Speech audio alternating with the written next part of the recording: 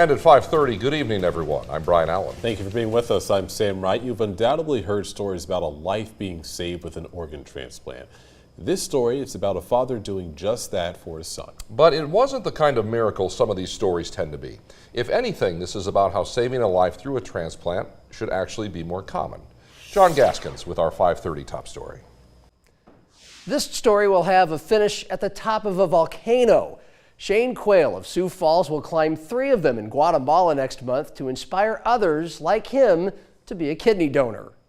So the reality is many of us out here in the world could donate a kidney. We just don't know, or we're afraid, or we think there's more to it, or my life will be different afterwards. Shane Quayle's 21-year-old son Ezra was born with a rare cystic kidney disease. It affects their diet, it affects their energy levels, and it's a challenge through his whole life. He fought this his whole life.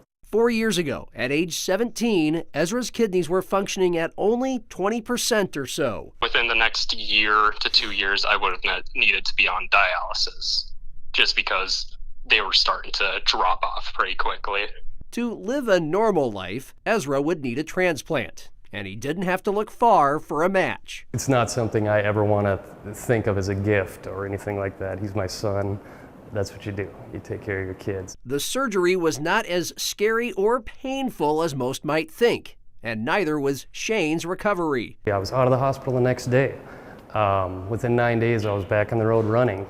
Running's one of my passions. Shane ran a half marathon within 4 months of the transplant and 3 ultra marathons since. And next month, he'll climb 3 volcanoes in Guatemala, measuring 8,000 to 12,000 feet. And he'll do so with 18 other kidney donors as part of a group called KDA, Kidney Donor Athletes. The goal of the trip is to show others that being a donor does not slow down your life. Think about that. There's not many ways that we can affect somebody's life in such a dramatic way. Saving a life, literally. And almost all of us have the power to do that because we have an extra kidney. You don't need both of them. Meanwhile, in the last 4 years, Ezra's health and energy levels have improved dramatically. He's taking classes at Southeast Tech with a goal of becoming a cardiac sonographer. He says that before the transplant, his bond with his dad was already strong. But this definitely, added a whole new level of respect for him and everything because he gave me a kidney. It definitely will keep us close forever. I'll never forget that. According to the National Kidney Foundation, over 92,000 people are on the National Transplant waiting list. Shane hopes this story will inspire others to become kidney donors. It should be noted Shane's medical team told him his recovery from the transplant was the best they'd ever seen. He credits his health and fitness and says this story can double as a reminder that if you take care of yourself, you could save another life.